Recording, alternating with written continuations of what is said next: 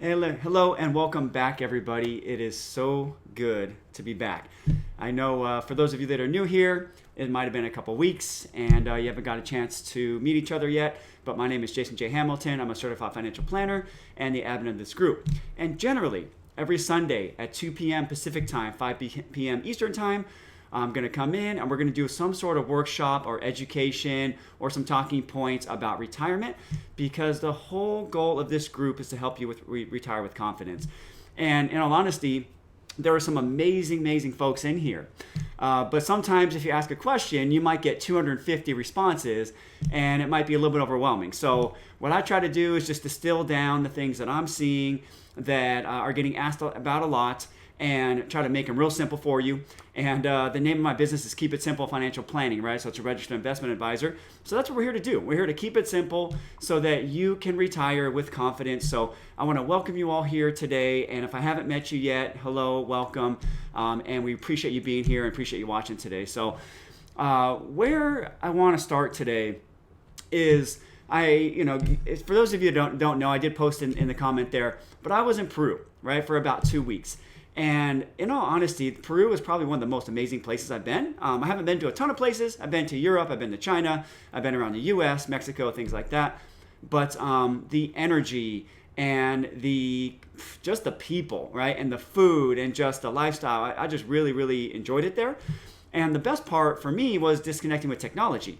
If any of you are like me, I probably spend anywhere from 4 to 10 hours in front of some sort of electronic device every single day. So going there enabled me to separate a little bit, not fully, right? I did for a couple of days, which was nice. But, getting some time away, right? Some time away to just be with nature, to be somewhere where the air is clean. You don't have craziness going on, with traffic and all these things actually there's a lot of traffic in the city, but in the rural area where I was over in the Sacred Valley in Peru, you have just like peace, quiet, and just a lot of time to just think. And, I think a lot about this group and the people in this group, because I truly believe that one of my purposes is to serve you folks and help you retire with confidence. And regardless if we work together one-on-one, or I can give you some information that you come in here and you learn from, or maybe someone else in the group helps you out, right? But I just want more people to get good quality information about retirement, because it's sad, the industry still is not where it needs to be when it comes to really serving people and helping them.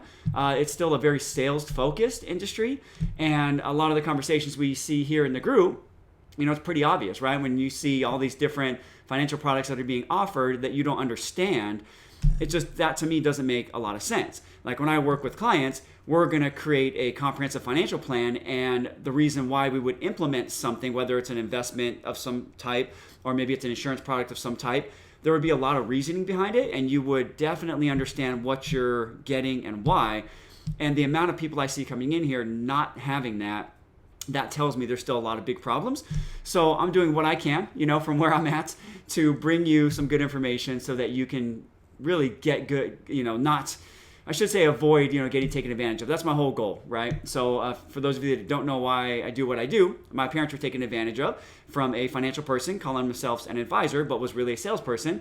And that started a trigger for me ending up in this industry, whatever this is now, 7, 8, 9 years later.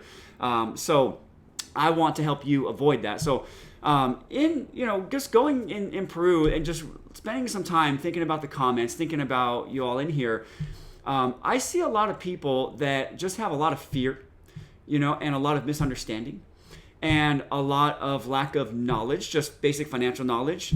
And so, what I thought was, why not just create something that any new person or any current person in this group could come in and just start from ground zero, basically, and learn how to get things built out, right? And how to set up the retirement plan. And just to be straightforward with you, there are going to be things that are going to be beyond the scope, right? I'm not going to be able to give you specific investment advice here.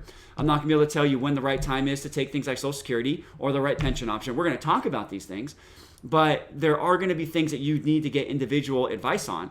But I'm going to help you get the basics in place, so at least you have a foundation, because I talk to a lot of people, and a lot of people just have no idea where to start, right? So that's where we're going to start. And Marcella has asked a question, or She wants to know if she can ask questions. You can definitely ask questions, Marcella. I'm going to address those at the end because I want this to be really like a bite-sized course that we can then put together. And if you haven't seen in the comments here, or excuse me, in the post, there's a link there if you want to download the spreadsheet we're going to go over today, because I think starting with the spreadsheet where you can just get the numbers on paper for your monthly spending needs is a good place to start. But go ahead and download that course go to that site, which is keepitsimplefinancial.com/course, and go there, sign up. And then every week you will receive the replay and you'll receive the resources that we talk about inside this group, inside this training.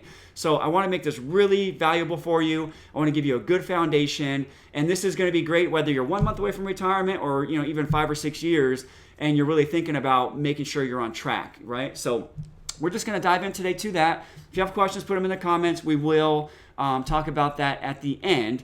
But for now, I would recommend you go to keepitsimplefinancial.com/course. And right there, there'll be a little page here. I'll show you what it looks like, where you can just put in your email and things like that, name and email. And then that way you can get the spreadsheet we're going to talk about today. So it'll look just like this. I don't know. I just made up a name. I did this all a couple hours ago. Ready for Retirement course. I may switch that up, but I just wanted to make it real simple for you guys to join and get this information. Okay, so what we're going to be covering today. So let's just start from the beginning. I'm going to make sure my little window is down here. It looks good. And I need to make it smaller, actually, because I'm blocking part of this, it looks like. So bear with me here. Let me get this out of the way and make it a little bit smaller here. Okay, so I'll be hidden over here. So what we're going to talk about today is just your foundation, right?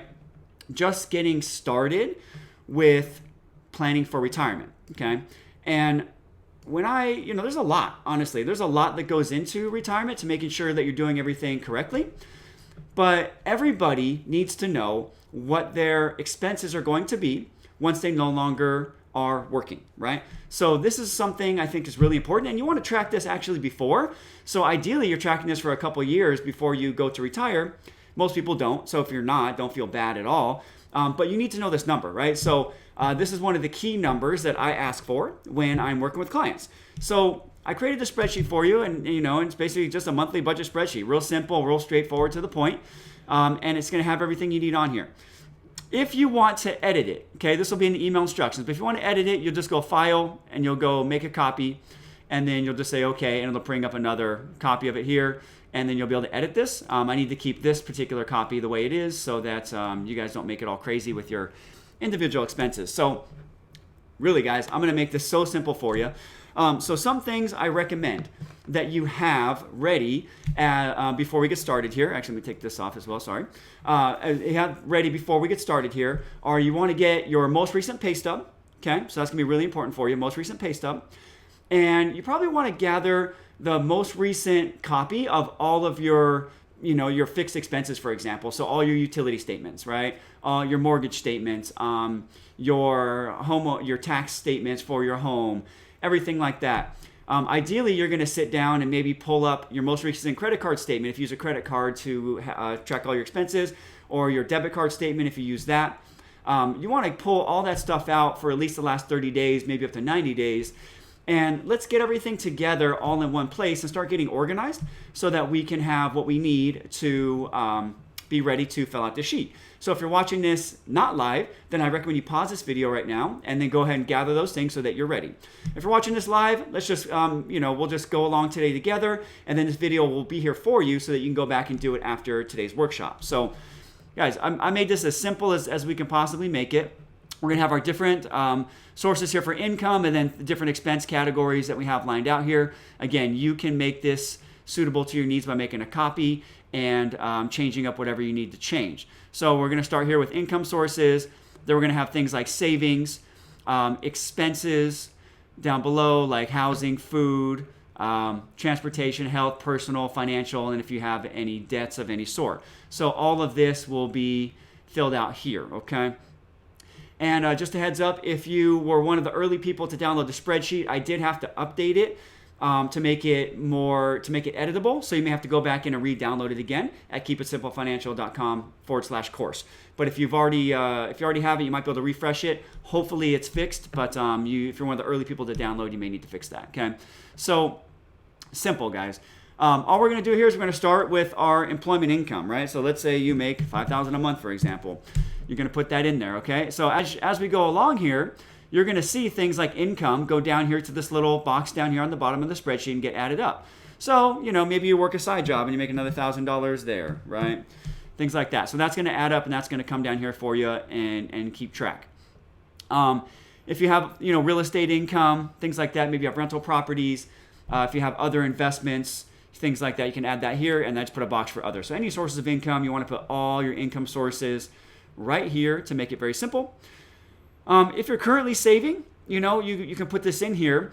The thing about figuring out for your retirement expenses is you may not want to include this unless you're talking about vacations possibly, but the rest of this stuff should be taken care of by the time you cross over to retirement. So if you want to add it in there for now, if you're pre-retirement, that's totally fine.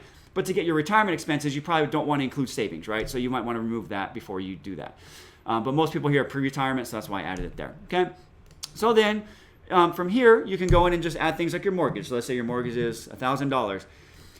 If your mortgage is $1,000, I am very jealous of you. In California here, it's going to be really tough to find anything less than like $4,000 when I do buy a home, hopefully in the next year here.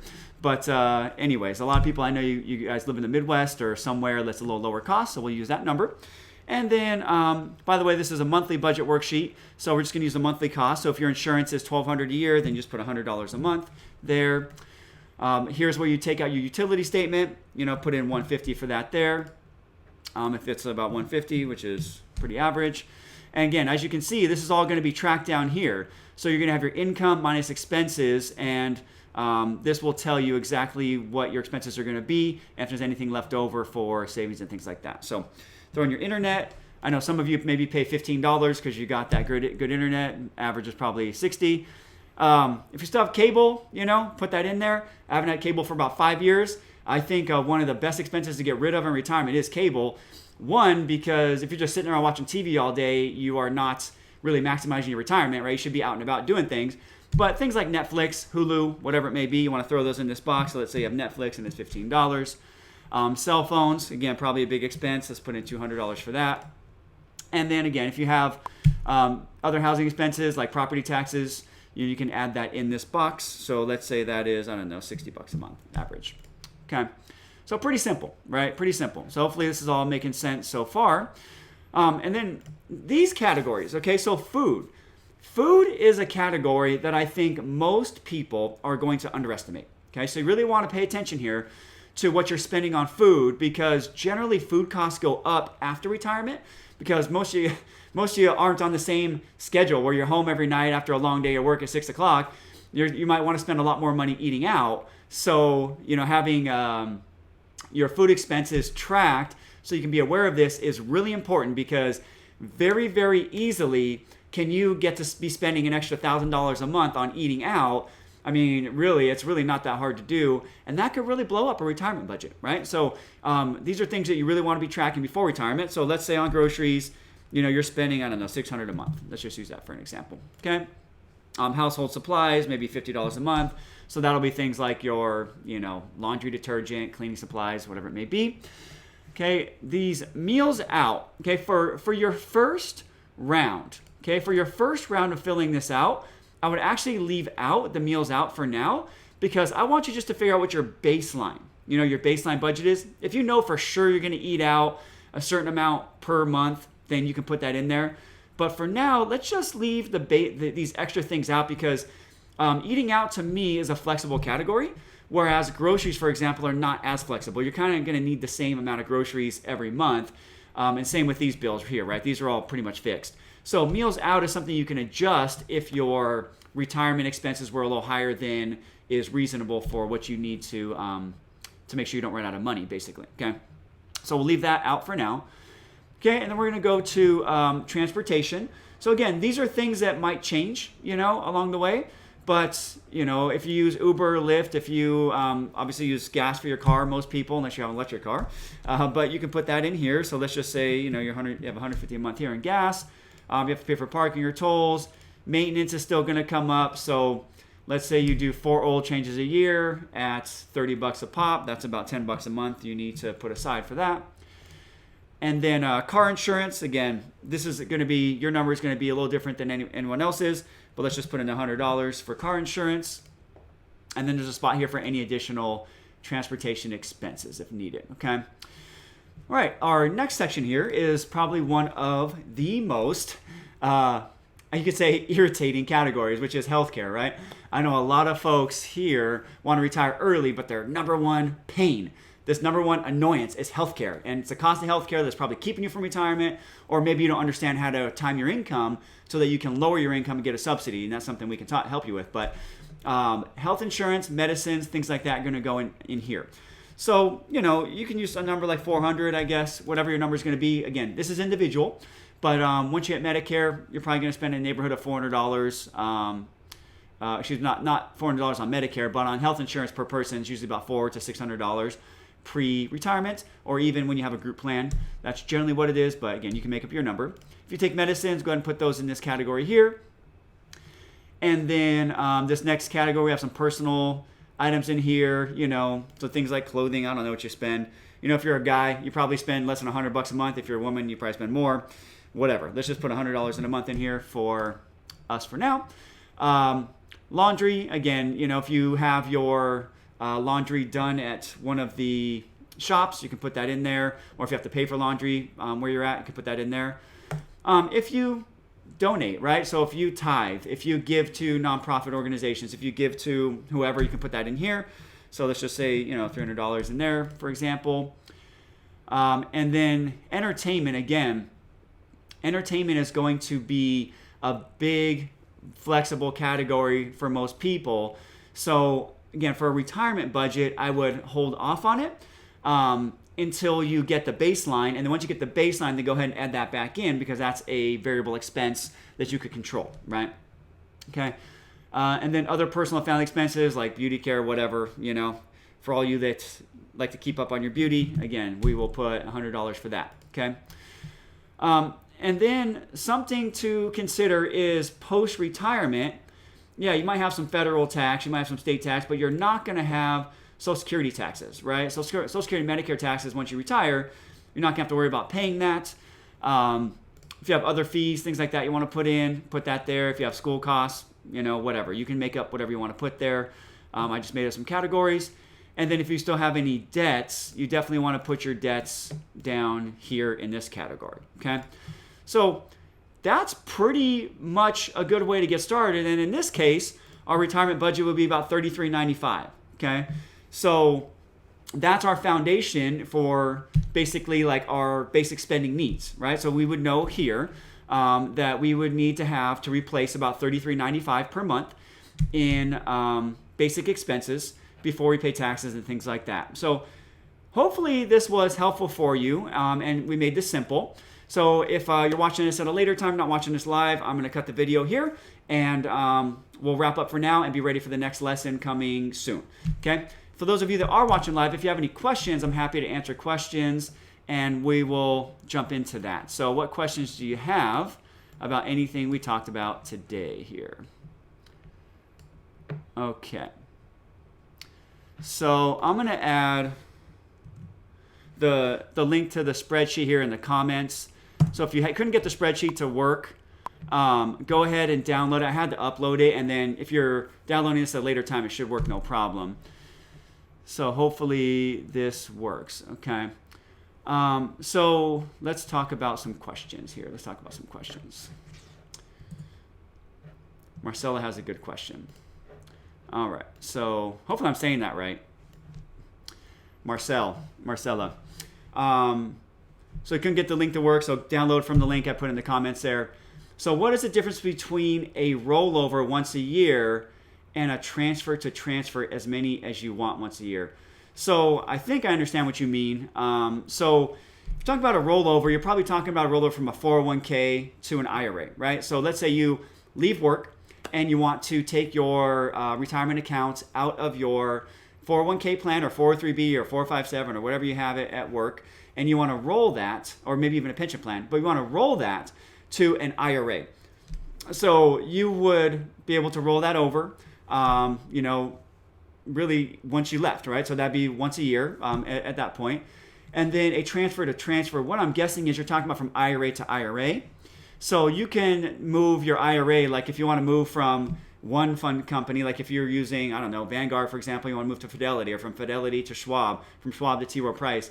You can do that as many times as you want per year, so there's no limits on that. So I'm guessing that's what you mean, so hopefully that's the case. Just some reminders that if you are moving your money, you want to do what's called a direct what's the word I'm looking for here? A direct transfer, basically. So you want to go direct transfer. What you don't want to do is have them send you a check, ideally, because they may take off 20% and withhold that, and then you're going to have to get that money back into the IRA within the next 60 days. I believe it's 60 days. Within the next 60 days, or else that's going to be considered a distribution, and you have to pay taxes on that. So you want to do a direct trustee to trustee transfer. That's what I was looking for. Trustee to trustee transfer, and you can do that from IRA to IRA as many times as you want per year. Okay, not a problem at all. So hopefully that answered your question there. Let's see what else we got. That's all I'm seeing. That's all I'm seeing for questions for today. So again, I wanted to make this training nice and short. I'm going to be making a little video as a welcome to the group, and I'm going to put a link to the actual site that I want you guys to go to. But you can go to here, keep it simple. I'm going to type this up here for you. Financial. Okay. .com/course. Okay. So you go here, and there'll be a little landing page, and you can put your name and email. And then, again, this is the first week, right? So I'm going to send out this training from today. I'm going to clip the video, and just to have the training part on it, I will add a link to that in the actual emails. And then every week, you will get the resources that we use, and then you will also get the emails with the video in it after, in case you can't make it. And for anybody that's not watching this live, then it will just be a workshop series in there. I'll put it out in a drip sequence so that any new people can come in, or if you're not ready right now to do this, if you want to come back later and take it. But just go ahead and sign up here at keepitsimplefinancial.com/course. It's 100% free. There's nothing here for me to sell you. I just want to provide good information and help you get started. So hopefully you guys enjoyed this. And hopefully it was useful for you. If it is, let me know in the comments that you like this and you want to continue on with this. If you hate it, and you find no use in any of this, let me know as well. I don't want to do anything that's going to waste your time. So other than that, have a great afternoon. If you need help, reach out. I'll put the link to my calendar in the comments below if you want some specific help on your retirement planning. But other than that, have a great day. Have a great summer weekend, and a great Labor Day weekend, I should say, because that's tomorrow. And I will see you next week. All right, guys? Have a good one. Bye-bye now.